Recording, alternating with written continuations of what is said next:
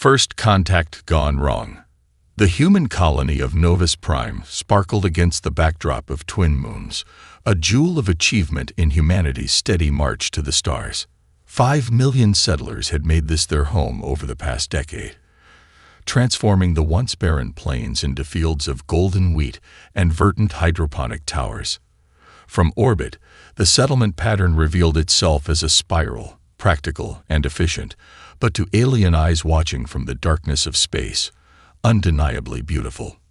Supreme Commander Kravosh of the Vraxian Dominion observed the colony through the quantum resonance viewer aboard his flagship, the Immutable Doctrine. His carapace plates shifted in contemplation, a gesture his subordinates had learned to recognize as deep thought. Most curious, he said to his executive officer, Trelvex, "These humans build with both function and form in mind. Even their power distribution grid has an aesthetic quality to it." "A weakness, Supreme Commander," replied Trelvex, mandibles clicking in disapproval. Resources spent on beauty could be directed toward efficiency or defense. Kravosh wasn't so certain. The Vraxian Dominion had encountered 17 sapient species in its 3,000 years of expansion. 15 had been subjugated, their worlds incorporated into the Dominion as resource generators. 2 had been deemed too primitive to bother with yet. But humans were different. "What is the assessment of their technological level?" Kravosh asked. Turning away from the viewer, the science officer, Nevillon, stepped forward, her ceremonial cloak denoting her elite case status. "They possess crude, faster-than-light capabilities, Supreme Commander. Their colony ships are slow by our standards, but they've mastered terraforming with remarkable speed. Most concerning is their rate of adaptation." "Explain," Kravosh ordered. "Each human colony we've observed implements different technologies based on local conditions. There is no standard template. They improvise." The word seemed to cause her physical discomfort. Improvisation was anathema to Vraxian philosophy. The species had risen to dominance through strict adherence to hierarchy, meticulous planning, and the ruthless elimination of deviation. Their technology, their society, even their biology had been engineered toward perfect predictability. It was the cornerstone of their 3 millennia of uninterrupted expansion. "Show me their defenses," Kravosh commanded. The viewer shifted, scanning the colony's perimeter. There were basic shield generators, a handful of orbital platforms clearly designed for meteorite defense rather than warfare, and a modest garrison of what appeared to be peacekeeping forces rather than a proper military. "Minimal," Trelvex observed. "They are vulnerable." Kravosh felt his plates shift again, this time in uncertainty. Yet they expand without fear. Why would they venture so far from their core systems with such limited protection? "Perhaps they do not understand the dangers of the void," suggested his weapons officer. "Or perhaps," countered Nevlon, "they don't perceive themselves as threatened. Our intelligence suggests humans prioritize diplomatic relations. They may believe their intentions are clearly peaceful." Kravosh studied the colony again. The longer he observed, the more uneasy he became. Humans built things of beauty, yes, but there was something else, a chaotic energy to their expansion. While the Vraxians had methodically expanded outward at a rate of 1 system per 50 cycles, humanity had claimed 12 worlds in just 70 Earth years. "They are unpredictable," he finally said, "and they are multiplying too rapidly." "The High Command has expressed concern," Trelvex confirmed. "This is their farthest colony, but at their current rate of expansion, they will reach Vraxian space within 60 Earth years." Kravosh made his decision. The Dominion has endured for 3,000 cycles by eliminating threats before they materialize. Prepare the cleansing protocol. "Supreme Commander," Nevlon ventured cautiously, "our studies of human history show they respond aggressively to perceived acts of war, perhaps diplomatic." "The decision is made," Kravosh interrupted. "Deploy the resonance cascades. Let this colony serve as a message to humanity about the consequences of unchecked expansion." On the planet's surface, Dr. Eliza Chen stood on the balcony of Novus Prime's administrative tower, watching children play in the central plaza. 10 years ago, she'd been among the first settlers, a terraforming specialist tasked with making this world breathable. Now her daughter, Mai, born on Novus Prime, was teaching younger children how to plant next-star trees, a hybrid species created to thrive in the local soil. Her comm unit chimed. "Dr. Chen, we're picking up unusual readings in orbit," reported Marcus Wong, head of planetary security. "Multiple objects decelerating from FTL. Configuration unknown." Eliza frowned. "First contact scenario." "Possibly. The objects are maintaining formation. Suggests intelligence rather than natural phenomena." "Implement first contact protocol Gamma. Activate the welcome beacon and prepare the translation matrices." Her heart raced with excitement and apprehension. Humanity had theorized about alien life for centuries, but no definitive contact had been made. Could this be the moment? In orbit, Kravosh watched the humans activate communication arrays. "They attempt to greet us," he noted with a hint of regret. "Deploy the cascades." The immutable doctrine released 12 quantum resonance devices, each no larger than a human shuttle, but containing the potential energy of a small star. As they descended toward Novus Prime's atmosphere, they began to vibrate at frequencies designed to interfere with the fundamental forces binding matter together. On the surface, Eliza felt it before any alarms sounded. A deep, bone-penetrating vibration. The plaza tiles began to crack. Children screamed as the ground beneath them seemed to liquefy then reform in impossible patterns. "May!" Eliza screamed, running toward the plaza as the administrative tower began to disintegrate around her. The very air seemed to shimmer with wrongness as quantum fields destabilized. Her last conscious thought was to activate her emergency beacon, standard procedure for any colony facing catastrophe. The signal burst outward at faster-than-light speeds toward Earth, carrying data about the attack and the alien ships responsible.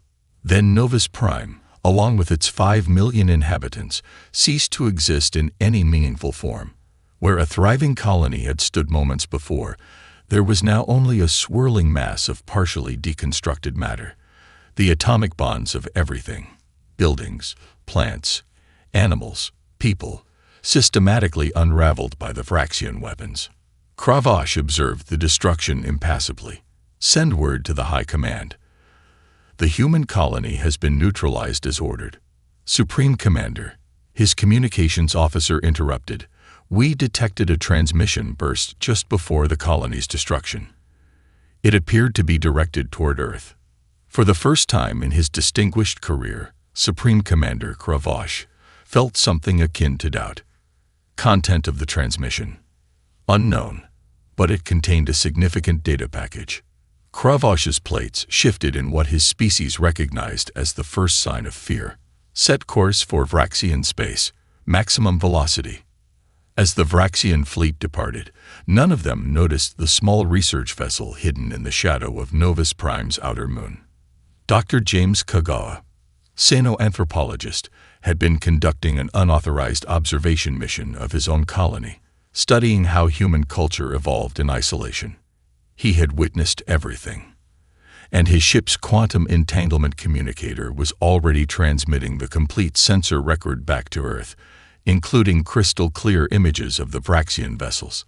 "This is Dr. James Kagawa," he whispered into his recorder as tears streamed down his face. "They're gone. Everyone's gone. 5 million people, just gone." His voice hardened. "I have visual confirmation of the aggressors. I'm transmitting everything. God help us all. And God help them when humanity responds." The quantum entanglement message reached Earth instantaneously, bypassing the hours or days that standard communications would require. Within minutes, emergency sessions of the United Earth Government were convened, and for the first time in its fractious history, humanity spoke with one voice. The gathering storm. Admiral Elena Reyes stood in Earth's orbital command center, watching the greatest military mobilization in human history unfold before her. The vast window displayed thousands of vessels converging from every corner of human space, a fleet unlike any ever assembled. "Status report," she demanded, her voice steady, despite 48 hours without sleep. 700,000 vessels committed, Admiral, replied her XO, Commander Takashi Yamamoto. 82% of conversions complete, and the remainder will be ready within 36 hours. Elena nodded, her dark eyes reflecting the lights of countless ships stretching into the distance. 3 weeks ago, she had been overseeing peaceful exploration missions. Now she commanded the vengeance of humanity. Composition breakdown. 17% military vessels, Admiral. The rest are converted civilian ships, freighters, research vessels, mining platforms, luxury liners, even private yachts. Every ship with an FTL drive that could be retrofitted has been requisitioned. Elena nodded, her dark eyes reflecting the lights of countless ships stretching into the distance. 3 weeks ago, she had been overseeing peaceful exploration missions. Now she commanded the vengeance of humanity. Composition breakdown. 17% military vessels, Admiral. The rest are converted civilian ships, freighters, research vessels, mining platforms, luxury liners, even private yachts. Every ship with an FTL drive that could be retrofitted has been requisitioned. Elena walked closer to the window, studying the transformation occurring before her. Civilian vessels that had never been designed for combat were being fitted with hastily manufactured weapon systems. Mining lasers were being converted into weapons. Cargo holds were being filled with drone swarms. Research instruments were being repurposed as electronic warfare platforms. "It's not elegant," Yamamoto observed, "but what we lack in military design, we make up for in numbers and creativity." "The Vraxians won't expect this," Elena replied. Their attack indicated a precise, methodical species that values efficiency. They'll be expecting a conventional military response. Not this. She gestured toward a former cruise liner, the Pacific Serenity, which now bristled with missile launchers where viewing decks had once been. Its hull had been reinforced with ablative armor plating, giving it a patchwork appearance that seemed almost comical, until one noticed the deadly seriousness of its new purpose. "Any word from the diplomatic corps?" she asked, knowing the answer. 7 separate attempts at communication have been made, Admiral. The Vraxians have not responded. Elena hadn't expected them to. The images transmitted by Dr. Kagawa had been clear. The attack on Novus Prime had been deliberate, unprovoked genocide. 5 million human lives erased in an instant by a species that apparently saw humanity as nothing more than a potential future threat to be eliminated preemptively. Her comm unit chimed. "Admiral, the Security Council is assembled and waiting." Elena smoothed her uniform and straightened her shoulders. At 47, she was relatively young for her rank, having risen through a combination of tactical brilliance and the political skills needed to navigate Earth's formerly fractious power blocks. Those skills would be tested today. The holographic conference room materialized around her as she activated her implant. 12 faces appeared, representing the major powers and coalitions of Earth and her colonies. "Admiral Reyes," began Chairwoman Adeyemi of the United African Nations, "your final assessment, please." "Madam Chairwoman, members of the Council," Elena began, "the fleet is nearly assembled. 700,000 vessels, crewed by volunteers from every nation, colony, and station in human space. Our intelligence on the Vraxian Dominion remains limited, but we have identified their home system and major outposts based on Dr. Kagawa's final transmission." "And our chances?" asked the representative from Mars Colony, his face grim. Elena hesitated. Honesty was required, but so was confidence. "Unknown, Counselor. The Vraxians have demonstrated technology somewhat advanced beyond our own, particularly in quantum manipulation weapons. However, our numerical advantage is unprecedented, and our approach is unconventional." "You mean desperate," said the European Union representative, not unkindly. "I mean adaptive, sir," Each ship in our fleet is being modified in a unique way. There is no standard template, no unified tactical doctrine. We're leveraging humanity's greatest strength, our creativity under pressure. The Chinese representative leaned forward. This is the largest united human effort in our history. Admiral, 700,000 ships, 30 million volunteer crew members, every nation contributing resources. Even during the climate wars, we never achieved such unity. It's because we finally have an external threat, Counselor, Elena replied. 5 million innocent lives taken without provocation. The message is clear. Coexistence is not an option in the Vraxians' eyes. The vote has been taken. Chairwoman Adeyemi said firmly. Operation Righteous Response is authorized. Admiral Rice, you have full tactical authority. Your strategic objectives are, first, to neutralize the Vraxian ability to threaten human worlds. Second, to establish conditions where diplomatic relations might be possible. Elena noted the careful wording. They weren't authorizing genocide in return, at least not explicitly. They were authorizing her to ensure the Vraxians could never threaten humanity again, while leaving the door open for eventual peace. I understand my orders, Madam Chairwoman. We depart in 36 hours. As the conference ended, Elena found herself alone with the holographic presence of Dr. Nathan Chen, husband of Dr. Eliza Chen, who had died on Novus Prime along with their daughter. Will you watch them burn, Admiral? He asked quietly. Elena studied the man. He had lost everything, yet there was no hatred in his eyes, only a profound weariness. That's not my mission, Doctor. But will you? If it comes to that. She met his gaze directly. If it's the only way to ensure humanity's survival, yes, but I don't believe it will come to that. The Vraxians made a terrible mistake based on a fundamental misunderstanding of human nature. We're going to correct that misunderstanding. How? His voice cracked slightly. By showing them exactly who we are. She paused. Dr. Chen, your wife's research on alien communication protocols has been instrumental in our preparation. She theorized that species with rigid hierarchical structures might not recognize the value of adaptability. Eliza believed first contact would be defined by cultural blind spots. Nathan replied, a ghost of pride breaking through his grief. She said we need to demonstrate our values, not just state them. That's exactly what we intend to do. Later, in her private quarters, Elena reviewed the final tactical briefings. The Vraxian Dominion controlled approximately 60 star systems arranged in a perfect sphere of influence. Their expansion methodical and uniform in all directions. Their ships appeared to follow standardized designs with clear function-based classifications. In contrast, the human fleet resembled nothing so much as organized chaos. The military vessels, sleek, purpose-built destroyers and cruisers, were outnumbered 5-1 by civilian conversions of every conceivable shape and size. Mining ships with reinforced hulls designed to withstand asteroid impacts were now armored behemoths. Research vessels with sensitive scanning equipment had been transformed into electronic warfare platforms. Even luxury space yachts were pressed into service as fast attack craft, their opulent interiors stripped out to make room for weapon systems. Each ship carried the names of Novus Prime victims painted on their hulls.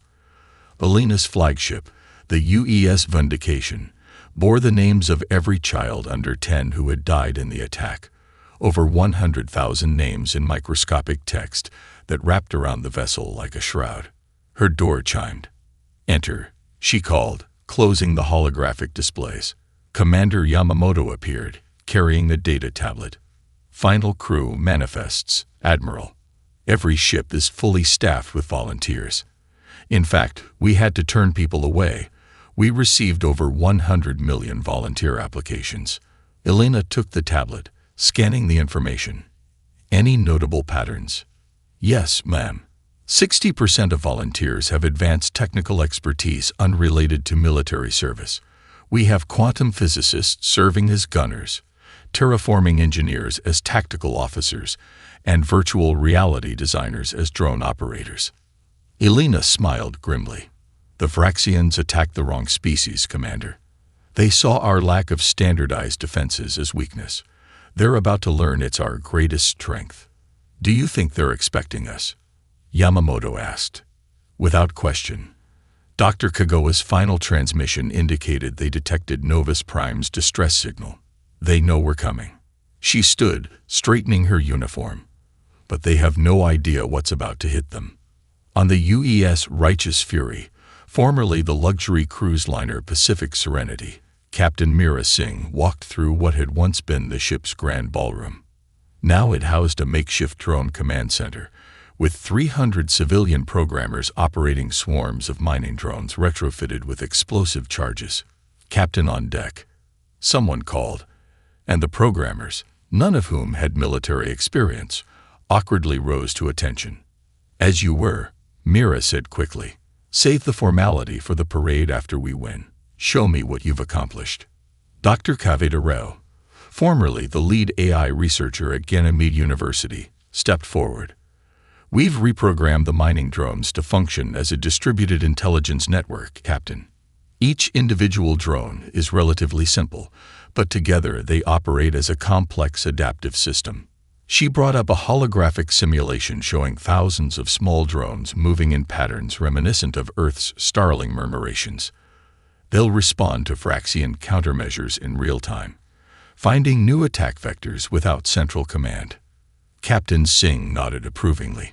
The definition of human warfare, organized chaos. As final preparations continued throughout the fleet, Admiral Reyes made her way to the observation deck of the Vindication. The vast armada stretched in all directions, a testament to humanity's response to existential threat. Her comm officer's voice interrupted her thoughts. Admiral, we've received the final authorization codes from Earth Command. All ships report ready status. Elena took a deep breath, steeling herself for what was to come. Send the fleet-wide address. Yes, ma'am. 60% of volunteers have advanced technical expertise unrelated to military service. We have quantum physicists serving as gunners, terraforming engineers as tactical officers, and virtual reality designers as drone operators. Elena smiled grimly. The Vraxians attacked the wrong species, Commander. They saw our lack of standardized defenses as weakness. They're about to learn it's our greatest strength. Do you think they're expecting us? Yamamoto asked. Without question. Dr. Kagawa's final transmission indicated they detected Novus Prime's distress signal. They know we're coming. She stood, straightening her uniform. But they have no idea what's about to hit them. On the UES Righteous Fury, formerly the luxury cruise liner Pacific Serenity, Captain Meera Singh walked through what had once been the ship's grand ballroom. Now it housed a makeshift drone command center, with 300 civilian programmers operating swarms of mining drones retrofitted with explosive charges. Captain on deck. Someone called, and the programmers, none of whom had military experience, awkwardly rose to attention. As you were, Meera said quickly. Save the formality for the parade after we win. Show me what you've accomplished. Dr. Cavedarao, formerly the lead AI researcher at Ganymede University, stepped forward. We've reprogrammed the mining drones to function as a distributed intelligence network, Captain. Each individual drone is relatively simple, but together they operate as a complex adaptive system. She brought up a holographic simulation showing thousands of small drones moving in patterns reminiscent of Earth's starling murmurations. They'll respond to Vraxian countermeasures in real time, finding new attack vectors without central command. Captain Singh nodded approvingly. The definition of human warfare, organized chaos. As final preparations continued throughout the fleet, Admiral Reyes made her way to the observation deck of the Vindication. The vast armada stretched in all directions, a testament to humanity's response to existential threat. Her comm officer's voice interrupted her thoughts. Admiral, we've received the final authorization codes from Earth Command. All ships report ready status. Elena took a deep breath, steeling herself for what was to come. Send the fleet-wide address. A moment later, her image was being transmitted to every vessel in the Armada. 30 million faces looked to her for leadership. Men and women of the United Earth Fleet, she began, her voice strong and clear. 3 weeks ago, an alien power who calls themselves the Vraxian Dominion committed an act of genocide against innocent human colonists. They believed this would discourage our expansion. They believed this would make us fear them. She paused, looking directly into the camera. They were wrong. In response to their attack on one colony, we have assembled the largest fleet in human history.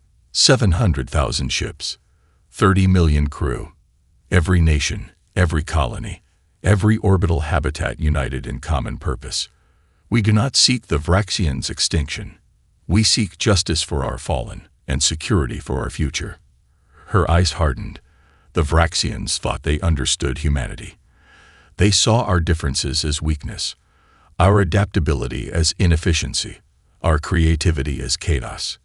Today we will educate them. Today we show them the consequences of attacking the human race. Throughout the fleet, crews cheered. On the refitted mining vessel UES Vengeance, Chief Engineer Omar Al-Fahim wiped tears from his eyes as he thought of his brother's family who had died on Novus Prime. On the research ship UES Memory of Earth, Dr. Sarah Williams clutched the medallion containing her wife's ashes, recovered from the quantum-disrupted remnants of the colony. All ships prepare for synchronized FTL jump. Admiral Rice commanded. Our destination is the Vraxian border outpost designated Target Alpha. Upon arrival, implement Battle Plan Hydra. For Novus Prime, for humanity, and for justice, we go to war. 700,000 engines ignited simultaneously. 700,000 ships disappeared into the quantum fold of space. The largest armada in human history was on its way to render judgment. And in the vast emptiness they left behind, Earth waited, united in purpose, hope, and terrible resolve. The counterattack. High Commander Relvax of the Vraxian Dominion stood motionless on the command platform of Outpost Vesh Carol, his carapace an ashen gray from stress and lack of proper nutrition cycles. Sleep had eluded him since the reports of the human mobilization reached Vraxian space. Now, his worst fears were materializing before him. Quantum disturbance detected, announced his sensor officer, mandibles clicking rapidly in alarm. Multiple signatures emerging from fold space. Configuration. There must be an error. Explain, Relvax demanded, his outer plates shifting to display his authority. The readings indicate over 700,000 vessels, High Commander. This exceeds the combined fleets of the entire Dominion by a factor of 20. Impossible, Relvax hissed. No species possesses such resources. Recalibrate your instruments. The sensor officer's appendages worked frantically across his console. Calibration complete. The readings are confirmed. They appear to be primarily converted civilian vessels, High Commander. Minimal standardization detected. Relvax felt the unfamiliar sensation of doubt creeping into his mind. The Vraxian Dominion had expanded through careful planning and systematic execution for 3,000 cycles. Their military doctrine emphasized precision, uniformity, and predictable outcomes. What was emerging from fold space defied all Vraxian understanding of warfare. Time to weapons range, he asked. Unknown, High Commander. The human vessels are not maintaining standard formation. They appear to be dispersing in all directions. On the main viewer, Relvax watched as the human fleet emerged, not in the disciplined battle formations he had expected, but in what appeared to be complete chaos. Ships of all sizes and configurations spread outward in three-dimensional patterns that seemed to change from moment to moment. Establish communication with the Dominion High Command, Relvax ordered. Request immediate reinforcements, TOW. His words were cut short as the station rocked violently. Warning klaxons blared throughout the command center. We are under attack, his tactical officer reported. Multiple impacts on outer defensive arrays. The humans have bypassed our primary defense grid. How? Relvax demanded. Our defensive algorithms are undefeated. They did not follow any recognized attack pattern. High Commander. Their approach vectors were random, unpredictable. Our tracking systems were designed to identify known strategies and counter them. Relvax realized with growing horror the fundamental error in Vraxian thinking. For 3 millennia, they had faced opponents who fought like them, with logical, predictable tactics that could be analyzed and countered. The humans were fighting like no species they had ever encountered. Launch all defensive squadrons, he ordered. Implement defensive protocol VESH-7. Across space, the battle unfolded in patterns never before seen in the history of interstellar warfare. Admiral Elena Reyes stood on the bridge of the UES Vindication, watching the tactical display as the human fleet executed what she had privately termed organized chaos doctrine. Each group of ships operated independently, following general strategic objectives rather than specific tactical orders. Status report, she commanded. Vraxian response is exactly as predicted, Admiral, reported her tactical officer. Their defensive systems are attempting to identify patterns in our approach. Since each battle group is operating on unique parameters, their predictive algorithms are failing. Elena nodded, satisfaction evident in her expression. And the converted mining ships. The UES Relentless and her sister ships have deployed their asteroid drilling equipment against the outpost's outer defenses. They're literally boring through the shield harmonics. On the view screen, Elena watched as former mining vessels, massive, ungainly ships designed to break apart asteroids, employed their specialized equipment in ways their designers never imagined. Quantum tip drills normally used to penetrate dense asteroid cores were now creating localized disruptions in the Vraxian defensive shields, allowing smaller attack craft to slip through. Meanwhile, converted luxury liners were using their extensive entertainment systems, designed to create immersive holographic experiences for vacationing passengers, to project false sensor readings, confusing Vraxian targeting systems. Message from Captain Singh on the Righteous Fury, Admiral, her communications officer announced. Her drone swarms have infiltrated the outpost's ventilation systems. Elena allowed herself a small smile. Begin Phase 2. Aboard the Righteous Fury, Captain Meera Singh stood in what had once been the cruise liner's grand ballroom, now transformed into a drone command center. 300 civilian programmers, many of whom had been designing entertainment software just weeks earlier, controlled swarms of modified mining drones. Team Alpha, focus on their communications array, Meera ordered. Team Beta, locate and disable their quantum resonance weapons. We've seen what those can do. Don't give them the chance to deploy them. Dr. Kavita Rao manipulated her holographic interface with practiced precision. Captain, the Vraxians are attempting to establish a cohesive defense. Their ships are arranging themselves in what appears to be a standardized formation. Meera studied the tactical display, exactly as Admiral Reyes predicted. They're falling back on doctrine and training. Execute Starling Protocol. Throughout the battle space, thousands of small drones suddenly altered their behavior, forming into rapidly shifting, three-dimensional murmurations that flowed around Vraxian defensive fire like water around stones. Where their formations encountered Vraxian ships, they dispersed into individual units, each attaching to vulnerable points and detonating with precision. High Commander Relvax watched in horror as his carefully organized defense began to crumble. This is not warfare, he hissed to his executive officer. This is madness. The humans do not follow any recognized doctrine. High Commander, the officer replied, his carapace plates clicking in distress. Each of their ships appears to be fighting independently, yet somehow maintaining coordination. Our predictive algorithms cannot establish countermeasures.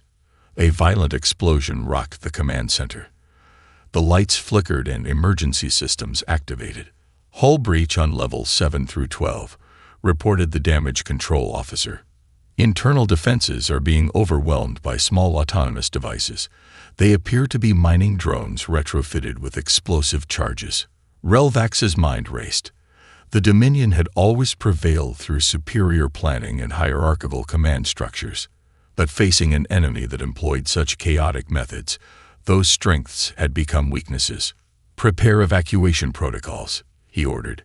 "We must preserve knowledge of these human tactics for the Dominion." As his officers rushed to comply, Relvax activated a secure channel to Vraxian High Command. "This is High Commander Relvax of Outpost Veshteril. We are facing imminent defeat by human forces. Their tactics are unprecedented. They do not fight as a unified military force, but as thousands of independent units with distinct approaches. Our doctrine has no effective counter to such methods." The response was immediate and cold. "Understood, High Commander. Hold position and gather tactical data. Reinforcements are being dispatched." Relvax knew what the order truly meant. There would be no reinforcements, not in time. His role now was to observe and transmit as much intelligence about human tactics as possible before his outpost fell. Across the battle space, human ingenuity continued to confound Vraxian military precision. On the research vessel UES Inquiry, Dr. Marcus Wong, formerly a quantum physicist researching theoretical fold space mechanics, had repurposed his experimental equipment into a weapon that the Vraxians had no defense against. "Quantum displacement field at 90% charge, Captain," he reported.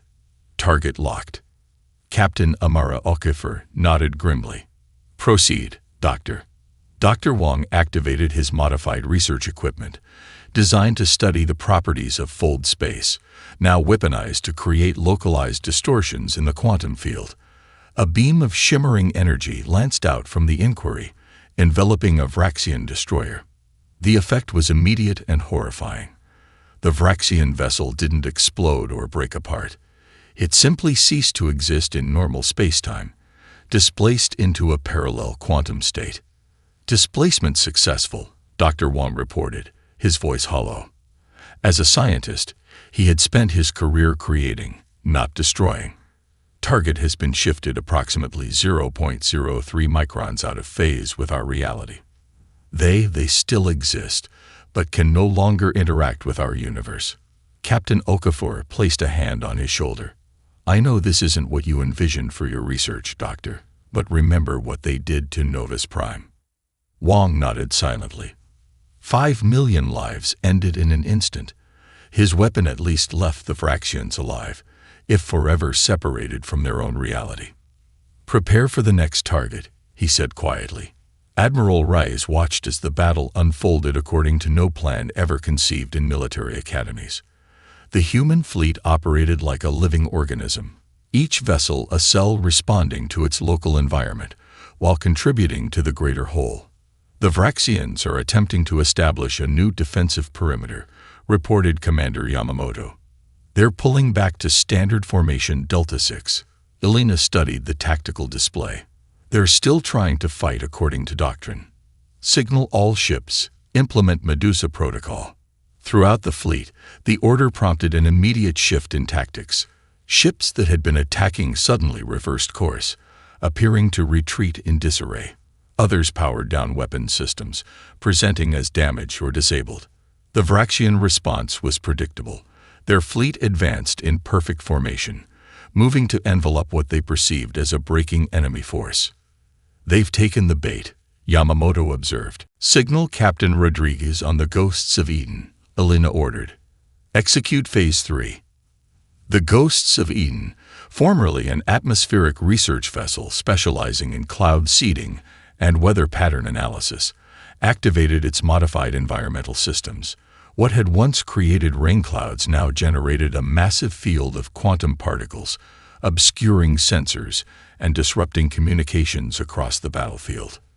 Within this artificial quantum fog, the seemingly retreating human vessels suddenly reversed course again, attacking from multiple vectors simultaneously. The carefully ordered Vraxian formation, blind and unable to coordinate, broke apart into individual units fighting for survival. High Commander Relvax watched his strategic display disintegrate into chaos as ship after ship went dark or transmitted increasingly desperate distress calls. "We have lost 67% of our defensive capacity," reported his tactical officer, voice strained. The humans continue to advance using methods that defy analysis. A nearby explosion rocked the command center. Emergency force fields activated as sections of the ceiling collapsed. High Commander, call his communications officer. We're receiving a transmission from the human fleet. They're requesting our surrender. Relvax froze, mandibles clicking rapidly in confusion. Surrender. The concept was almost foreign to Vraxian military doctrine. Their forces either achieved victory or fought to the last. There was no protocol for yielding to an enemy. Put it through, he ordered after a moment's hesitation. The main viewer flickered, revealing the face of Admiral Elena Reyes. Relvax studied the human with intense curiosity. This was the species his people had so grievously misjudged. High Commander Relvax, Elena began, her voice steady and authoritative. Your outpost is surrounded. Your defenses are neutralized. I offer you and your personnel the opportunity to surrender and be treated according to interstellar conventions of warfare. Relvax's carapace plates shifted in a display of confusion. You would spare us after what we did to your colony. Elena's expression hardened. Justice and vengeance are not the same thing, Commander. We seek the former, not the latter. The destruction of Novus Prime was a profound miscalculation on your part, based on a fundamental misunderstanding of human nature. We judged you as hearts of vengeance. Supreme Overlord Kazvor of the Vraxian Dominion stood before the Grand Assembly, his ancient carapace bearing the ceremonial markings of 3,000 cycles of unbroken conquest. The massive chamber, carved from a single asteroid and reinforced with quantum-stabilized materials, had never before hosted an emergency session of this magnitude. The human response exceeds all predictive models, he announced, his voice amplified throughout the vast space. Outpost Veshterel has fallen. High Commander Relvax has been captured. The shipyards at Kreltor are directly threatened. Murmurs of disbelief rippled through the assembled Vraxian leadership caste. For 3 millennia, the Dominion had expanded without meaningful resistance. Their methodical conquest of neighboring systems had proceeded according to carefully calibrated timetables. The concept of a significant military defeat was almost incomprehensible. How can primitives who only achieved FTL capability in the last century pose such a threat?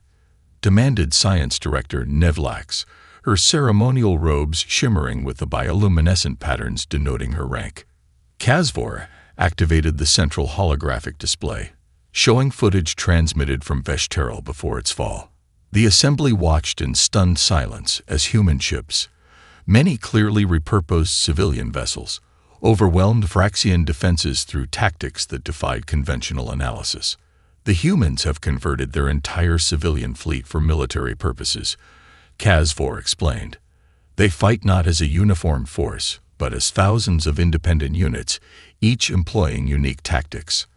Our predictive algorithms cannot establish effective countermeasures against such chaos. War Minister Drolvak's mandibles clicked rapidly in agitation. This defies the fundamental principles of warfare. No species can maintain strategic coherence without standardized doctrine and hierarchical command. Yet they do, Kazvor replied grimly, and they advance toward our core systems at an accelerating pace.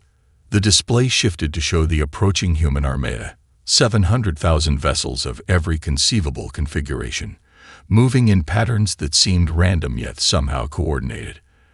At their current velocity, they would reach the shipyards at Kreltor within 26 hours. We have underestimated these humans, Kazvor continued.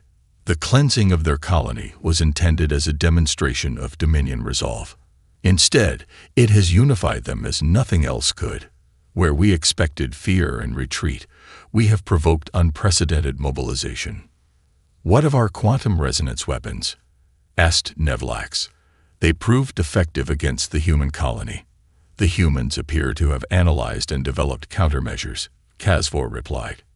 Intercepted communications suggest they have repurposed their own quantum research equipment to detect and neutralize our resonance technology. The assembly fell silent as the implications became clear. For the first time in its history, the Vraxian Dominion faced an existential threat. "What are your orders, Supreme Overlord?" War Minister Drulvak asked, his voice subdued. Kazvor's ancient eyes surveyed the assembly. "We will deploy the Grand Fleet to Kreltor. Every available vessel, every weapon in our arsenal. The humans must be stopped before they penetrate further into Dominion space." As the assembly dispersed to implement his commands, Kazvor remained alone with his senior advisor, Telvak. "You have doubts, Supreme Overlord?"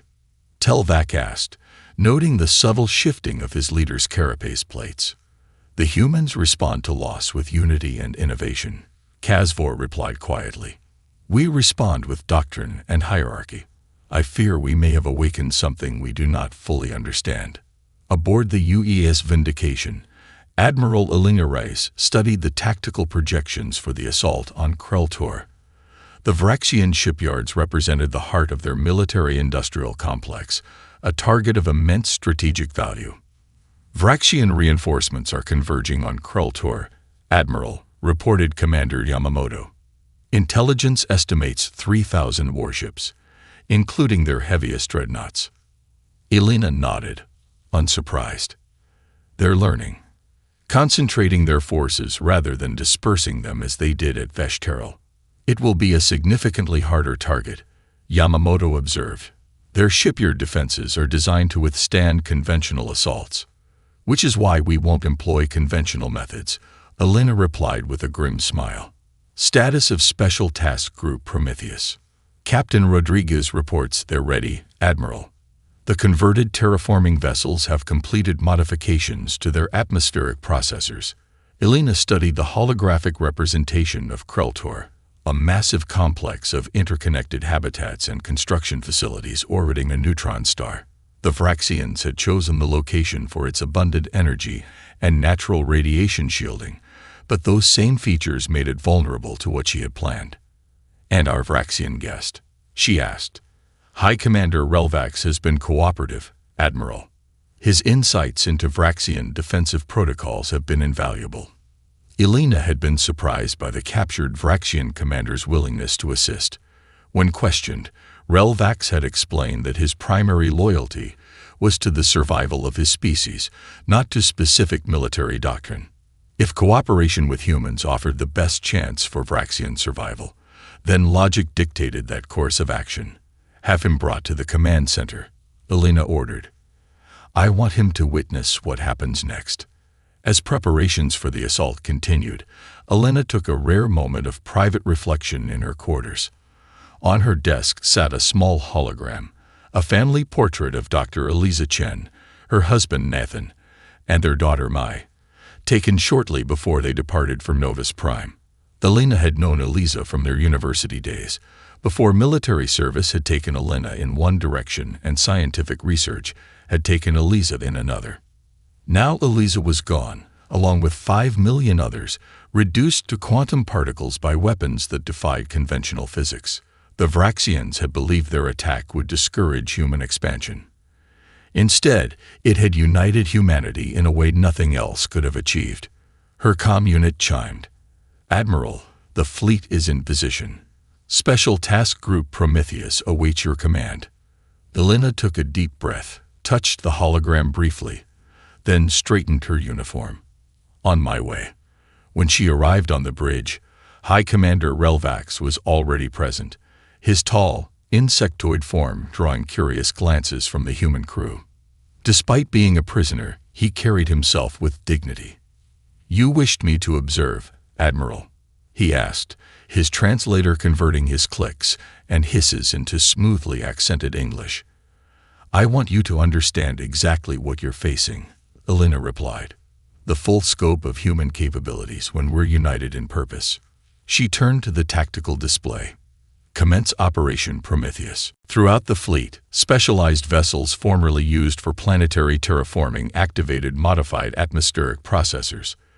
These machines, designed to transform hostile planetary environments into habitable ones, had been repurposed for a very different application.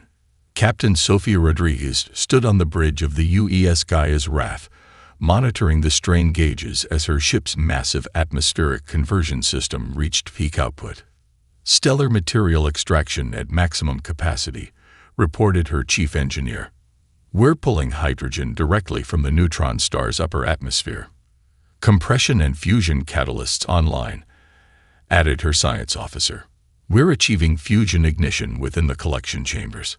Sophia watched as 12 former terraforming vessels, arranged in a precise geometric pattern around Kreltor's neutron star, began to manipulate the stellar material on a scale never before attempted. What had once been used to create breathable atmospheres was now harvesting the raw power of a star. Channel integrity holding at 87%. The engineer called out, his voice tight with tension. We're approaching critical threshold. Sophia opened a channel to the Vindication. Admiral, Prometheus units report ready status. We can't maintain this configuration for long before system degradation becomes critical. Understood, Captain, came Alina's response. You may fire when ready. Sophia took a deep breath. She had spent 15 years using this technology to create habitable worlds for human settlement. Now she was using it as a weapon of war. The irony wasn't lost on her. Target locked. Initiate solar prominence redirection. The effect was immediate and devastating. The terraforming vessels, originally designed to process atmospheric gases, now channeled and directed a massive solar flare from the neutron star directly toward the Vraxian shipyards.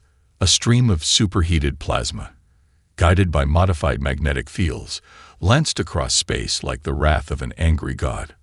Aboard the Vindication, High Commander Relvax watched in horror as the artificial solar flare engulfed the outer defenses of Kreltor. Shield systems designed to repel conventional weapons were overwhelmed by the sheer energy of the stellar material. Structures began to melt and disintegrate under the onslaught. This is not warfare as we understand it, he whispered, mandibles clicking rapidly in distress. You have weaponized a star. We've weaponized everything, Alina replied grimly. Your attack on Novus Prime taught us that we cannot afford to separate civilian technology from military application. Everything we build must serve dual purposes, creation and destruction. The artificial solar flare continued for 17 minutes before the terraforming vessels reached their operational limits and shut down. When the plasma dissipated, over 60% of Kreltor's shipyard facilities have been reduced to molten debris. The Vraxian defense fleet is breaking formation, reported Commander Yamamoto. They appear to be withdrawing to defensive positions around the inner habitats. Elena nodded. They're protecting their population centers. Signal all ships, advance to Phase 2. Targeting protocols remain in effect. Military assets only. No civilian casualties. As the human fleet moved forward to engage the remaining Vraxian defenders, Alina turned to Relvax. Your people believed our lack of military standardization was weakness. Now you see the truth. It's our greatest strength. Humans don't think in terms of rigid doctrine. We adapt. We improvise. We see possibilities where others see only established patterns. Relvax studied her with alien eyes that nonetheless conveyed profound understanding. Your species frightens mine, Admiral. Not because you are inherently violent. We have encountered many violent species. You frighten us because you are unpredictable, because you transform creation into destruction with such facility. We would have preferred peaceful contact, Elena replied, her voice hardening. Your leaders made that impossible when they attacked Novus Prime. Yes, Relvax acknowledged. A catastrophic miscalculation based on fundamental misunderstanding. We saw your expansion as inherently threatening precisely because it followed no pattern we could recognize. We feared what we could not predict. As the battle for Kreltor continued, human ships employed tactics that continuously evolved. When the Vraxians adapted to one approach, the human fleet immediately shifted to another. Mining vessels used their asteroid-breaking equipment to shatter defensive platforms. Research ships deployed sensors designed to study quantum phenomena as weapons that disrupted Vraxian shield harmonics. Even hospital ships played their part, using medical imaging technology to identify structural weaknesses in Vraxian vessels for targeting. On the UES Memory of Earth, Dr. Sarah Williams monitored her experimental quantum entanglement system. Originally designed to facilitate instantaneous communication between distant research stations, it had been modified to create localized disruptions in spacetime, effectively creating blind spots in Vraxian sensor coverage. Entanglement field stable at 80%, Captain, she reported. The Vraxian fleet in Sector 7 has lost cohesion. They can no longer coordinate their movements. Captain Michael Chen nodded grimly. Targeting data transmitted to Strike Group Alpha. They'll exploit the confusion. Sarah watched the tactical display as human attack craft poured through the gaps in Vraxian defenses. Her wife had been a botanist on Novus Prime, specializing in adaptive plant species for terraformed environments. Now Sarah used her own scientific expertise to avenge her death, transforming her life's work from connection to disruption. The battle raged for hours, but the outcome was never truly in doubt. The Vraxian defenders fought with courage and discipline, but they could not match the sheer adaptability of the human assault. By the time Admiral Reyes called a halt to the attack, the shipyards at Kreltor had been thoroughly dismantled, and the Vraxian defense fleet reduced to scattered survivors. "Cease fire," Elena ordered. "Signal all ships to hold position. Prepare to receive surrendering vessels." Across the battlefield, the human fleet fell silent. The weapons that had wreaked such destruction were powered down, though they remained ready to reactivate at a moment's notice. "Open a channel to the Vraxian command carrier," Elena instructed her communications officer. "Let's see if they're ready to talk." The main viewer flickered to life, revealing the face of Vraxian Fleet Commander Trelnax. His carapace bore the scars of battle, and his command center was visibly damaged, emergency systems flashing in the background. "This is Admiral Elena Reyes of the United Earth Fleet," Elena began. "Your shipyards are destroyed. Your defensive capabilities are neutralized. Further resistance will only result in unnecessary casualties." Trelnax's mandibles clicked rapidly, his translator converting the sounds to human speech. "You have achieved victory, Admiral. What terms do you offer?" Elena glanced briefly at Relvax, who had observed the entire battle in silence. "The same terms we have offered from the beginning. Justice for Novus Prime and security for humanity's future. We do not seek the destruction of your species or the occupation of your worlds. We seek assurances that the Vraxian Dominion will never again threaten human settlements." "You could destroy us completely," Trelnax observed. "Your weapons and tactics have overcome our most sophisticated defenses." "We could," Elena acknowledged. "But that is not our goal. Transmit our terms to your leadership. Make them understand that the next target will be your homeworld itself if they refuse to negotiate." As the transmission ended, Relvax turned to Elena. "You show restraint, Admiral. Many species would not, after suffering as yours has."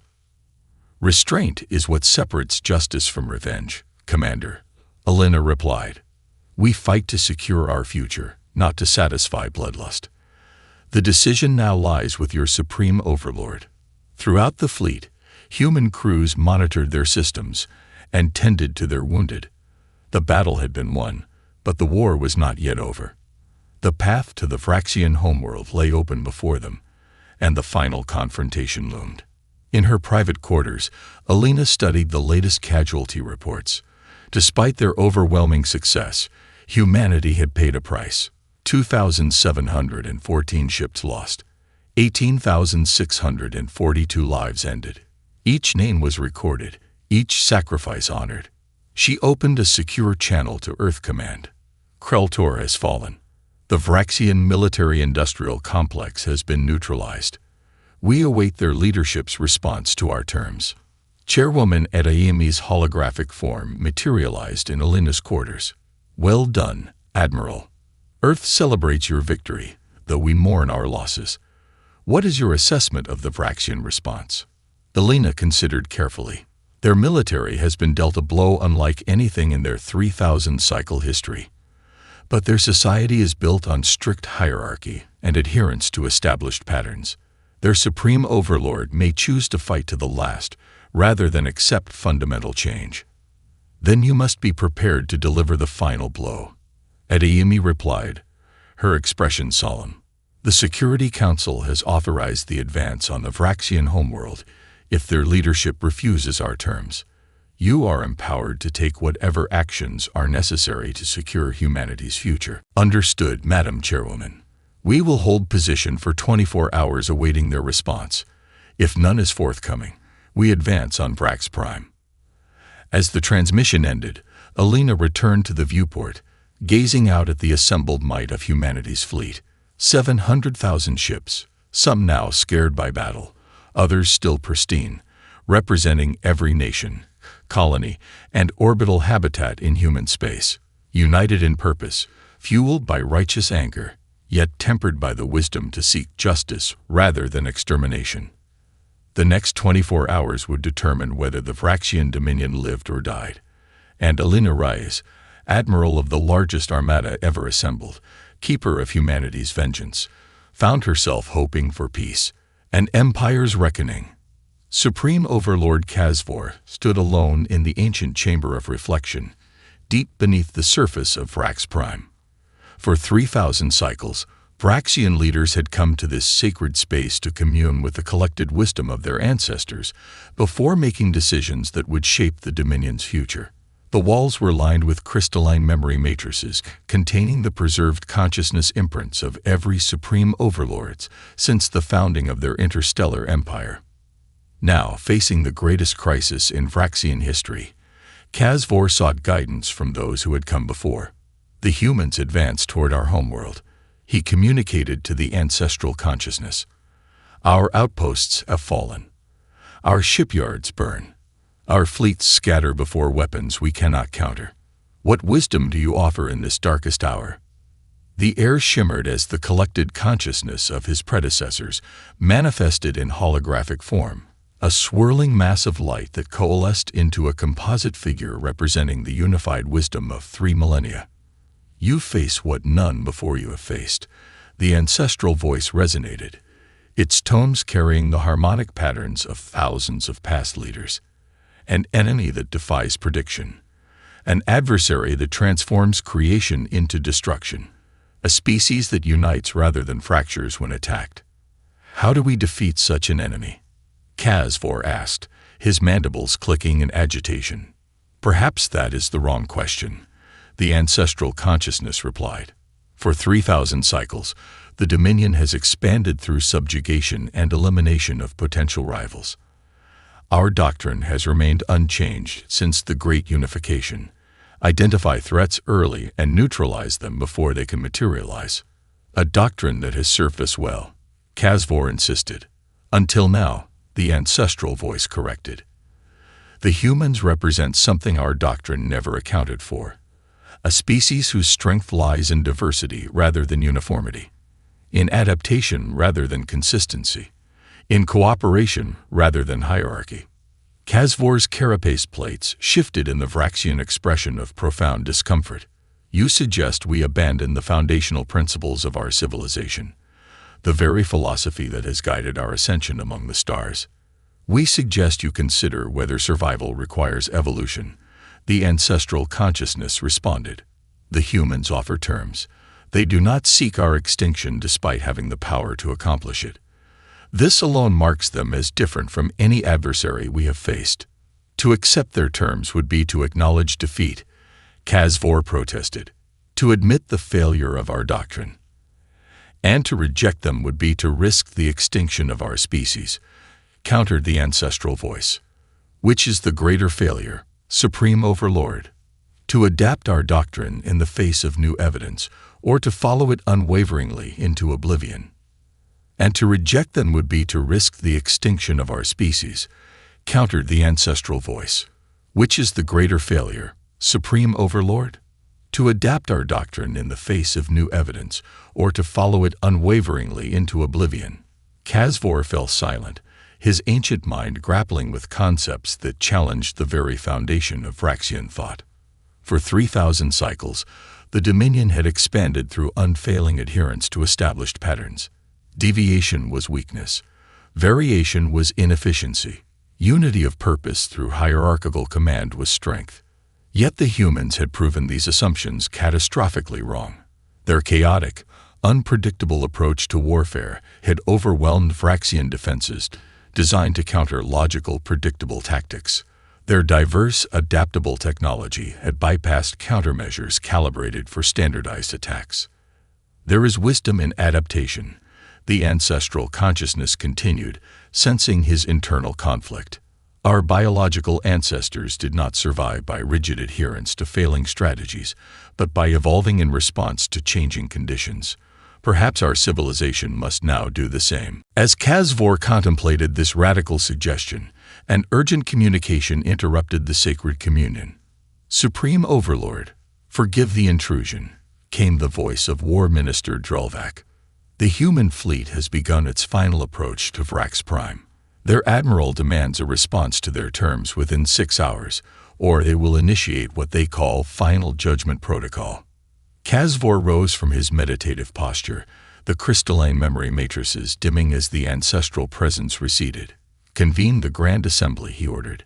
"It is time to decide the fate of our species." Aboard the UES Vindication, Admiral Elena Reyes studied the holographic representation of the Vraxian homeworld. Vrax Prime was a marvel of engineering, a planet whose natural environment had been completely transformed over thousands of years into a perfect expression of Vraxian philosophy.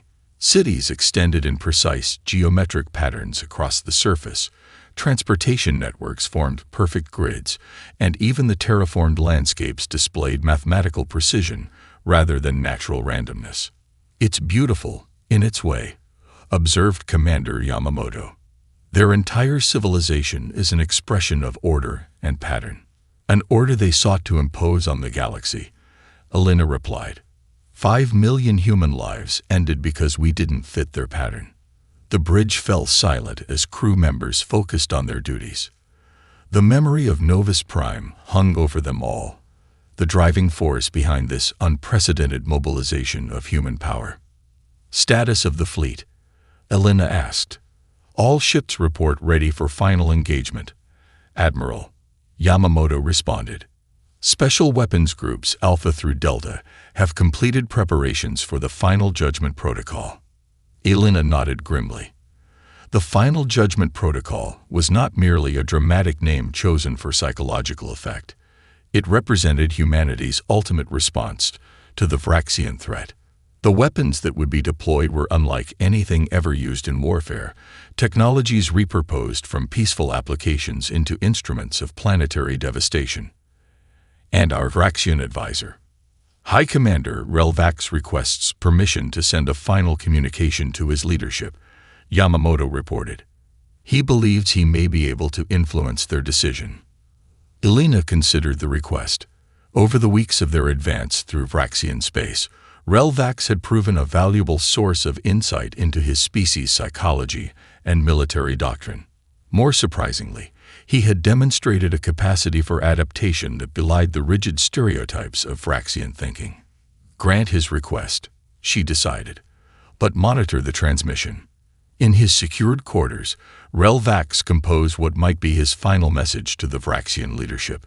His carapace had lost its luster from weeks in human captivity, but his mind had never been clearer. "Supreme Overlord Kazvor and members of the Grand Assembly," he began, his mandibles forming the traditional patterns of respect. "I speak to you as one who has witnessed firsthand the full capabilities of human warfare. I have observed their fleet. I have studied their tactics. I have spoken with their leaders. And I must convey to you a truth that our doctrine did not prepare us to accept. The humans represent not merely a military threat, but a fundamental challenge to our understanding of civilization itself." He paused, gathering his thoughts before continuing. "For 3,000 cycles, we have believed that order, hierarchy, and predictability were the only path to advancement. We have eliminated species that deviated from this pattern, seeing in their chaos only weakness and inefficiency.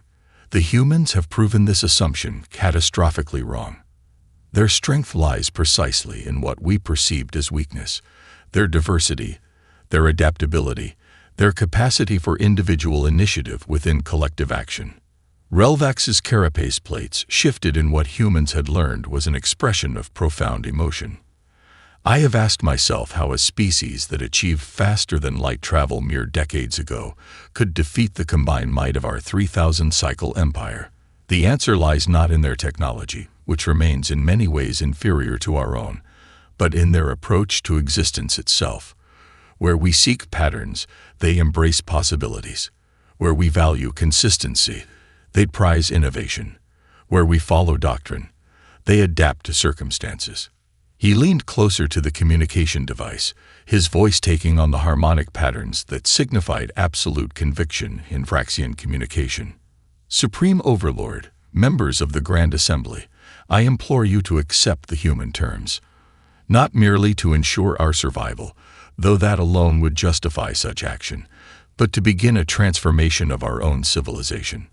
There is strength in their chaos, wisdom in their diversity, power in their unpredictability. He leaned closer to the communication device, his voice taking on the harmonic patterns that signified absolute conviction in Vraxian communication.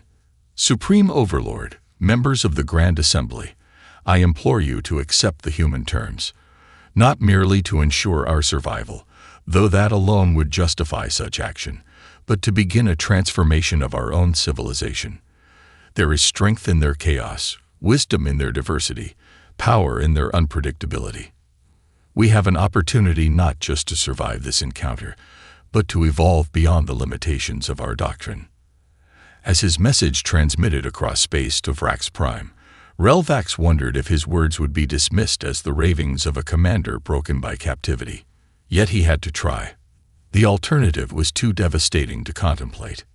In the Grand Assembly on Vrax Prime, Supreme Overlord Kazvor watched Relvax's transmission with the collected leadership of the Vraxian Dominion. The chamber, designed to amplify the authority of hierarchical command, had never seemed so inadequate to the challenge they faced. High Commander Relvax has been compromised, declared War Minister Drelvac as the transmission ended. His mind has been influenced by prolonged exposure to human unpredictability. Or perhaps, countered Science Director Nevlax, he has gained insights we lack through direct observation of our adversary. His analysis aligns with the data we have gathered from our defeats at Veshteril and Kreltor. Kazvor studied the faces of his leadership council, noting the subtle shifts in carapace coloration that betrayed their internal conflicts. For the first time in living memory, the Vraxian hierarchy was divided on a fundamental question of doctrine. The humans have demonstrated capabilities beyond our predictive models, he stated, bringing the assembly to attention. They have transformed civilian technology into weapons of unprecedented destructive potential. They have neutralized our quantum resonance weapons through adaptive countermeasures. They have defeated our fleets through tactics that defy conventional analysis. He activated the central display, showing the human armada in orbit around Vrax Prime. 700,000 vessels arranged not in rigid formation, but in what appeared to be a constantly shifting, organic pattern. Even now, in the moments before potential annihilation, they maintained the unpredictability that had defined their campaign. We face a choice unprecedented in our history, Kazvor continued, to adhere to our doctrine of resistance until victory or extinction, or to accept terms that would fundamentally alter the nature of our dominion. What precisely are their terms? Asked Nevlax. Kazvor displayed the human demands on the Assembly's communal neural interface: immediate cessation of all hostilities against human settlements and vessels, establishment of a demilitarized zone between Vraxian and human space to be monitored by joint patrols, formal acknowledgement of responsibility for the destruction of Novus Prime and its 5 million inhabitants, reparations in the form of technological exchange, particularly in fields related to quantum physics and stellar engineering, restructuring of the Vraxian military doctrine to eliminate the policy of preemptive extinction of potential threats, establishment of diplomatic relations including cultural exchange programs to foster mutual understanding. They do not demand territory, observed a senior council member with surprise. Nor do they require disarmament beyond the demilitarized zone. They seek to change who we are, not destroy us, Nevlax noted. This is unexpected. War Minister Drolvak's mandibles clicked rapidly in agitation. To accept these terms is to repudiate 3,000 cycles of Vraxian doctrine. We cannot. We cannot defeat them through conventional means. Kazvor interrupted, his tone carrying the harmonic overtones that signaled unquestionable authority. This is no longer a matter of doctrine, but of survival. The humans have demonstrated not only the capacity to destroy our military assets, but the ability to weaponize stellar material itself. If they chose to employ such methods against Vrax Prime. He left the thought unfinished, but every member of the assembly understood the implication.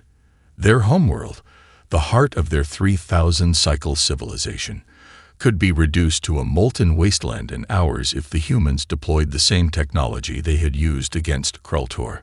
I have communed with the ancestral consciousness, Kazvor revealed, bringing a shocked stillness to the assembly. The Supreme Overlord rarely invoked such authority. They counsel adaptation rather than extinction, evolution rather than rigid adherence to failing doctrine. High Admiral Vexthor of the Nexari Empire stood on the command deck of the Celestial Dominance, his iridescent scales reflecting the starlight as he studied the holographic display before him. The small human vessel that had wandered into their territory looked almost comical against the backdrop of his mighty fleet, a mere speck of dust compared to the crystalline warships that had conquered 1,000 worlds. Magnification increased, High Admiral, his second-in-command, Subcommander Zil-Ra, announced. Her mandibles clicked in poorly concealed amusement. The humans call it the Prometheus. Preliminary scans indicate it's a research vessel.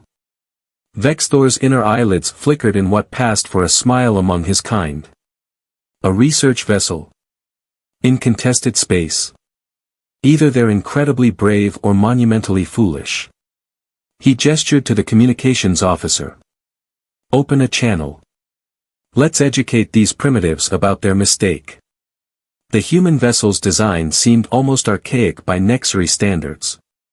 Its hull bore the scars of micrometeorite impacts, and its propulsion system appeared to be based on primitive fusion technology. The Nexari Empire had abandoned such simple methods centuries ago in favor of their quantum-fold drives. The main screen flickered to life, revealing the bridge of the Prometheus. A human female stood at its center, her dark hair pulled back severely from her face, her uniform bearing the insignia of Earth Space Exploration Corps. This is Captain Sarah Chen of the Earth vessel Prometheus, she announced, her voice steady despite facing a fleet that could reduce her ship to atoms. We are conducting peaceful research in international space as permitted by the Galactic Concordat. Vexthor's secondary hearts pulsed with amusement. International space. Captain Chen, you seem to be operating under a misapprehension. This sector falls under Nexari protection. Your presence here is unwelcome. The human captain didn't flinch. Our star charts indicate this is neutral territory, Admiral. We are within our rights to conduct our research. Star charts can be outdated, Captain. Much like your vessel. Laughter rippled across the Nexari bridge. I suggest you retreat to your primitive colonies before we decide to demonstrate true technological superiority. Captain Chen's expression remained neutral, but something flickered in her eyes, not fear, as Vexthor expected, but something else. Admiral, I urge you to reconsider your position. We have no hostile intentions, but we will defend ourselves if necessary. The absurdity of the threat caused Vexthor to bare his ceremonial fangs in amusement. The Prometheus was barely a quarter the size of his smallest support vessel. Its weapons, if it had any, would be like throwing pebbles at a mountain. Defend yourselves. With what, Captain? That fusion reactor that belongs in a museum? Those hull plates that look like they were forged in a primitive foundry? He turned to his tactical officer. Scan their weapon systems. Let's see what they think will protect them. The tactical officer worked his console, then frowned. High Admiral, our scans are having difficulty penetrating their outer hull. There seems to be some kind of interference. Interference? Vexthor's amusement faded slightly. From that obsolete Hulk. Impossible. Increase scan power. The tactical officer adjusted his controls, then suddenly jerked back. Sir. Energy readings they're changing. The ship is. I've never seen patterns like this. Captain Chen's image still filled the main screen. Her calm demeanor had shifted subtly, taking on an edge of quiet confidence. Admiral, I'll ask one final time. Withdraw your forces and let us continue our research in peace. Vexthor felt the first stirring of unease, quickly suppressed by centuries of Nexari superiority. You dare to threaten the might of the Nexari Empire? Your species barely managed to reach your own moon when we were already crossing galaxies. We learned to be creative, Chen replied simply. Necessity is the mother of invention, after all. Before Vexthor could respond, his tactical officer shouted in alarm. Sir! The human vessel, it's changing. The seemingly primitive hull of the Prometheus began to shift, panels sliding and realigning like scales on a living creature. What had appeared to be battle scars transformed into precisely arranged energy conduits. The fusion drive flickered and died, replaced by something that made the tactical officer's instruments scream in protest. Impossible, Vexthor whispered, all pretense of amusement gone. What are you? Captain Chen's smile was razor-thin. We are humanity, Admiral. And you're about to learn why it's unwise to judge a book by its cover. The Prometheus's transformation continued, and for the first time in his long career, High Admiral Vexthor felt something he had never expected to experience when confronting a primitive species, fear. The transformation of the Prometheus was unlike anything the Nexari had witnessed in their millennia of space exploration. What had appeared to be standard hull plating peeled away in precise geometric patterns, revealing layers of technology that defied their understanding. Through the view screen, Captain Chen remained a pillar of calm as chaos erupted on the Nexari bridge. Weapons officer. Lock all systems on that vessel. Vexthor commanded, his usual composure cracking. Subcommander Zil-Ra, coordinate the fleet for immediate. Sir, the weapons officer interrupted, mandibles trembling, our targeting systems can't lock onto them. It's as if the ship exists in multiple states simultaneously. Captain Chen's voice cut through their growing panic. What you're witnessing, Admiral, is the culmination of Project Prometheus. While your empire was busy conquering worlds, humanity was pursuing something far more valuable, understanding. The Prometheus now bore little resemblance to its initial form. Its hull rippled with patterns of light that seemed to bend the very fabric of space around it. Energy readings fluctuated wildly, confounding the Nexari's most sophisticated sensors. Understanding. Vexthor spat the word. Understanding of what? Of everything, Chen replied. You see, Admiral, humanity's greatest strength isn't our technology, it's our ability to think differently. When we realized we couldn't match your quantum fold drives, we didn't try to copy them. Instead, we asked ourselves, what if we could fold space itself? As if to demonstrate her point, the Prometheus suddenly seemed to blur, existing in multiple locations simultaneously. The Nexari fleet's automated defense systems went haywire, unable to determine the ship's true position. Subcommander Zil-Ra's voice trembled as she reported, High Admiral, they're generating some kind of quantum field. Our sensors indicate, they're actively manipulating the probability matrix of local spacetime. Impossible. Vexthor roared. No species has ever managed to stabilize macroscale quantum effects. No species that you know of, Chen corrected. We had a different approach. Instead of trying to eliminate quantum uncertainty, we embraced it. The Prometheus doesn't just exist in space, it exists in all possible versions of space simultaneously. The implications hit Vexthor like a physical blow. His empire's technological superiority had always been based on the assumption that there was only one path to advanced space travel, their path. But these humans had taken an entirely different road, one that his people had dismissed as theoretically impossible. "You're bluffing," he declared, but uncertainty had crept into his voice. No primitive species could achieve such advancement in mere centuries. Captain Chen's expression softened slightly. "That's where you're wrong again, Admiral. Our primitive status was our greatest advantage. We had no preconceptions about what was impossible. When faced with overwhelming odds, humanity has always excelled at finding unexpected solutions." The Prometheus's quantum field suddenly expanded, enveloping several nearby Nexari ships.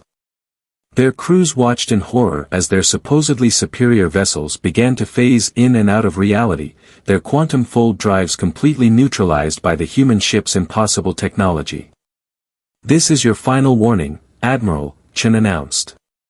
"The Prometheus can disrupt the quantum stability of your entire fleet. Every technology you rely on, your drives, your weapons, your shields, they all depend on stable quantum states. We can reduce them all to probability waves with a thought." Vexthor's mind raced. Everything he believed about humanity's technological capabilities had been wrong.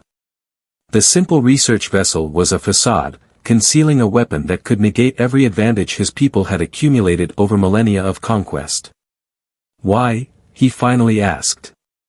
"If you possess such power, why maintain the pretense of weakness?" Chen's answer was simple but profound. "Because, Admiral, true strength isn't about domination, it's about choice. We chose to appear weak to give you a chance to reveal your true nature. And you did exactly that." The implications of her words hung heavy in the space between their ships. The Nexari Empire had judged humanity based on appearances, and in doing so, had revealed far more about themselves than they'd learned about their supposed inferiors. As Vexthor stared at the transformed Prometheus, he realized that this encounter would change the balance of power in the galaxy forever. The question was, would his empire be wise enough to learn from this humbling experience, or would their pride drive them toward a confrontation they might not survive? The quantum field continued to ripple around the human vessel, a visible reminder that sometimes the greatest power lies not in what you show, but in what you choose to hide. High Admiral Vexthor's third heart began to race as he watched his fleet's formation crumble. The Prometheus had expanded its quantum field to encompass nearly a quarter of his ships, leaving them trapped in a state of probabilistic flux. But centuries of military doctrine wouldn't let him surrender so easily. "Launch all fighter squadrons," he commanded. "They're too small for their quantum fluctuations to be affected. Overwhelm them with numbers." Thousands of crystalline fighters poured from the Nexari capital ships, their neural-linked pilots confident in their superior maneuverability. The space around the Prometheus filled with darting shapes, each one carrying enough firepower to level a small city. Captain Chen watched the approaching swarm with the same unervingly calm expression. "Interesting choice, Admiral. But you're still thinking in conventional terms." She turned slightly, addressing someone off-screen. "Dr. Patel, initiate the probability cascade." The effect was immediate and devastating. The Prometheus's quantum field suddenly pulsed with new patterns, and the fighter squadron found themselves facing not one human ship, but thousands, each one a probability ghost, equally real and unreal until the moment of interaction. Quantum targeting solutions failing. Unable to determine true target. Which one is real? The panicked reports from fighter pilots flooded the Nexari command channel. Every time they tried to engage one version of the Prometheus, it would collapse into probability waves, while another would become momentarily solid enough to disable their ships with precise energy pulses. "The beauty of quantum mechanics," Chen explained, almost professorial in her tone, "is that observation affects reality. Your fighters can't attack us because the very act of targeting us changes which version of us exists in that moment." Vexthor watched in horror as his fighters, the pride of the Nexari fleet, were systematically neutralized, not destroyed, but disabled with surgical precision. The humans were demonstrating not just technological superiority, but a level of control that bordered on the impossible. "Second wave, launch immediately," he ordered, his voice hoarse. "All remaining capital ships, concentrate fire on their last known position." "Sir," Sub-Commander Zillare interjected, "I must advise against this. Our weapons are having no effect, and we're just giving them more targets to." Her words were cut off as the Prometheus executed its most stunning maneuver yet. The ship seemed to fold in on itself, creating a localized quantum singularity that absorbed the entire barrage of Nexari weapons fire. When it re-emerged, it had somehow translated all that energy into an expanded probability field that now encompassed half the Nexari fleet. "That's impossible," Vexthor's science officer shouted. "They're not just manipulating quantum states, they're converting classical energy into quantum potential." "Correct," Chen acknowledged. "We call it the Schrödinger drive. It allows us to exist in a state of quantum superposition with our own weapon systems. Every shot you fire at us simply gives us more energy to expand our field of influence." The reality of their situation finally began to sink in. The Nexari Empire, with all its technological might, had been comprehensively outmaneuvered by a species they dismissed as primitive. Humanity hadn't just developed new weapons, they'd fundamentally changed the rules of space combat. "Admiral," Chen's voice was gentler now, almost sympathetic. "Your fleet is effectively neutralized. Any ship within our quantum field can be reduced to its component probability waves with a thought. You've lost nearly 60% of your forces without us firing a single conventional shot. Are you prepared to discuss terms?" Vexthor's primary heart felt heavy in his chest. His entire military career, all his assumptions about species hierarchy and technological superiority, lay in ruins around him. The humans hadn't just beaten his fleet, they'd rendered the very concept of traditional space warfare obsolete. "How?" he finally asked, his voice barely a whisper. "How did you develop this technology without anyone knowing?" "Because you never bothered to look past our primitive exterior," Chen replied. "Your empire was so convinced of its own superiority that it never occurred to you that someone might take a completely different path to the stars. While you were perfecting your quantum fold drives, we were learning to dance with quantum uncertainty itself." The implications were staggering. Every defense system, every weapon, every piece of technology the Nexari Empire relied on was based on classical physics operating at a quantum scale. The humans had instead embraced quantum uncertainty at a macro scale, creating technology that defied conventional military doctrine. As Vexthor stared at the transformed Prometheus, still rippling with quantum possibilities, he realized that this wasn't just a military defeat, it was the end of an era. The galaxy would never be the same after this day, and the Nexari Empire would have to entirely reconsider its place in it. The silence on the Nexari command bridge was deafening. Through the quantum distortions surrounding his fleet, High Admiral Vexthor watched as his empire's notion of supremacy crumbled. The Prometheus hung in space like a shimmering mirage, simultaneously everywhere and nowhere, a testament to humanity's unconventional brilliance. "You should know, Admiral," Captain Chen broke the silence, "that we didn't develop this technology for war. Project Prometheus was born from our deep space exploration program. We were trying to find a way to study quantum phenomena in distant star systems." A bitter laugh escaped Vexthor's throat. "An exploration vessel. We thought we were cornering a helpless researcher, only to find ourselves facing the most advanced ship in the galaxy." "Not the most advanced," Chen corrected. "Just, different. Your quantum fold drives are still more efficient for conventional space travel. We simply found another way to solve the same problem." On the Nexari bridge, Sub-Commander Zillare had been studying the readings from their few remaining functional sensors. "High Admiral, I'm detecting something remarkable.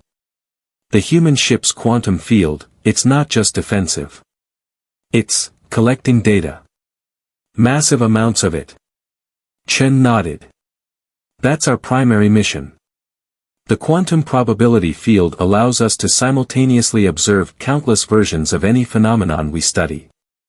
In the few minutes we've been engaged, we've gathered more data about your fleet's technology than years of conventional espionage could have provided. The revelation hit Vexthor like a physical blow. Even in the midst of combat, the humans hadn't abandoned their scientific mission. They'd turned the very act of defense into an opportunity for learning. Your species, he said slowly, is not what we thought. Few species are, Admiral. That's the problem with prejudice, it blinds us to possibilities. Chen's expression softened slightly. Would you like to know what we've learned about your ships? Your quantum fold drive technology is brilliant, but it has untapped potential. We've observed probability states where it could be modified to achieve even greater efficiency. Vexthor's inner eyelids flickered in surprise. You're offering to share your findings? After we threatened you? Knowledge grows when it's shared, Admiral. Humanity learned that lesson long ago. Chen gestured to someone off-screen, and a stream of data began flowing to the Nexary flagship. Consider this a gesture of good faith. As his science officers pored over the data, their mandibles clicked in astonishment. The humans hadn't just observed their technology, they'd understood it on a fundamental level and found ways to improve it that the Nexary had never considered. This is extraordinary, Zilare whispered. Their quantum field observations have revealed aspects of our own technology that we never knew existed. They've turned our attack into a scientific breakthrough. The implications slowly dawned on Vexthor. The humans could have easily destroyed his fleet, but instead, they'd chosen to learn from the encounter. Even more remarkably, they were willing to share what they'd learned with the very people who had threatened them. Captain Chen, he said, his voice carrying a new note of respect, I believe I owe you and your species an apology. We judged you based on our own limited understanding of progress. We never considered that true advancement might come from seeing the universe in a completely different way. Chen's smile was genuine. Apology accepted, Admiral. Perhaps now we can discuss something more productive than combat. Our quantum field observations suggest there are phenomena in this sector that both our species could benefit from studying together. The proposal hung in space between them, not surrender, not victory, but an offer of collaboration. Vexthor found himself considering how quickly the galaxy's balance of power had shifted. The Nexary Empire had prided itself on its technological superiority, only to discover that true innovation came not from perfecting existing paths, but from daring to forge entirely new ones. The Emperor will need to be informed, he said finally. This changes everything. Change can be good, Admiral. Especially when it leads to understanding. Chen's image flickered slightly as the Prometheus's quantum field began to contract, releasing the disabled Nexary ships. Shall we begin discussing terms for a joint research initiative? As his fleet's systems gradually came back online, Vexthor realized that this defeat might actually be the Nexary Empire's greatest opportunity. They had sought to demonstrate their superiority, only to be taught a priceless lesson about the true nature of progress. The stars seemed to shine differently now, filled with new possibilities that came from seeing the universe through human eyes. In the months following the encounter between the Prometheus and the Nexary fleet, the galaxy witnessed an unprecedented transformation. The Great Hall of the Nexary Imperial Palace, with its towering crystalline spires and quantum-stabilized architecture, now hosted something previously unthinkable, a joint human-Nexary science conference. Captain Sarah Chen stood at the podium, her Earth Force uniform a stark contrast to the iridescent robes of the Nexary scientists surrounding her. Behind her, a holographic display showed the Prometheus's quantum probability field interacting with various phenomena, drawing gasps of appreciation from the assembled aliens. The quantum revolution we've begun together, she addressed the crowd, represents more than just technological advancement. It represents a fundamental shift in how we view the universe, and each other. In the front row, High Admiral Vexthor sat beside Earth's ambassador, his scales now bearing the blue stripe of the newly formed Joint Sciences Initiative. The memory of his fleet's humbling encounter had transformed into something more valuable, understanding. When we first developed the Schrödinger drive, Chen continued, we faced the same choice that all species encounter with powerful technology. We could have used it to dominate, to conquer. Instead, we chose to explore, to learn, and when necessary, to defend without destroying. The holographic display shifted, showing the combined efforts of human and Nexari scientists. The quantum probability technology of the Prometheus had been successfully merged with Nexari fold drive principles, creating hybrid systems that neither species could have developed alone. Our supposed weakness, our young age as a spacefaring species, proved to be our greatest strength, Chen explained. We had no preconceptions about what was impossible. When we looked at quantum mechanics, we didn't see problems to be solved, but possibilities to be embraced. From his seat, Vexthor reflected on how completely his worldview had changed. The Nexari Empire had spent millennia perfecting their technology along rigid, predictable lines. Humanity had simply asked different questions and found answers that changed everything. Today, Chen announced, we're ready to reveal the first joint human Nexari vessel. The hologram changed to show a ship unlike anything the galaxy had seen before. The Harmony combines our quantum probability field technology with Nexari quantum fold drives. It can not only traverse vast distances but study countless quantum states of spacetime simultaneously. The assembled scientists burst into excited discussion. The implications were staggering, the ability to not just travel through space, but to study all possible versions of any phenomenon they encountered.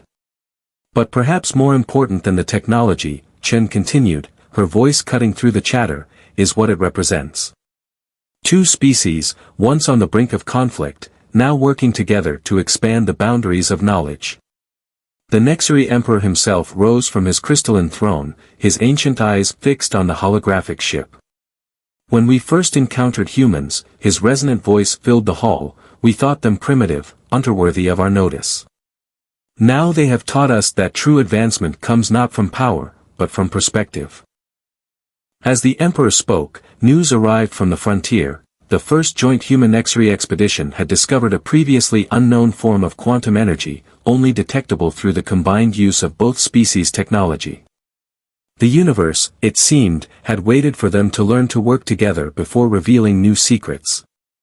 Captain Chen concluded her presentation with words that would be remembered for generations. The greatest discoveries don't come from believing we have all the answers. They come from being willing to ask new questions. Humanity's gift to the galaxy isn't our technology, it's our curiosity, our willingness to think differently, and our understanding that true strength lies in collaboration, not conquest. As the assembly erupted in applause, Vexthor leaned toward the Earth ambassador. To think, he mused, all of this began because we underestimated a single ship. The ambassador smiled. Perhaps that's humanity's other great gift to the galaxy, Admiral, a reminder to never judge by appearances. The universe is full of surprises, if only we're humble enough to notice them. Above the Imperial Palace, the Prometheus hung in high orbit, its quantum field shimming in harmony with Nexari defense platforms.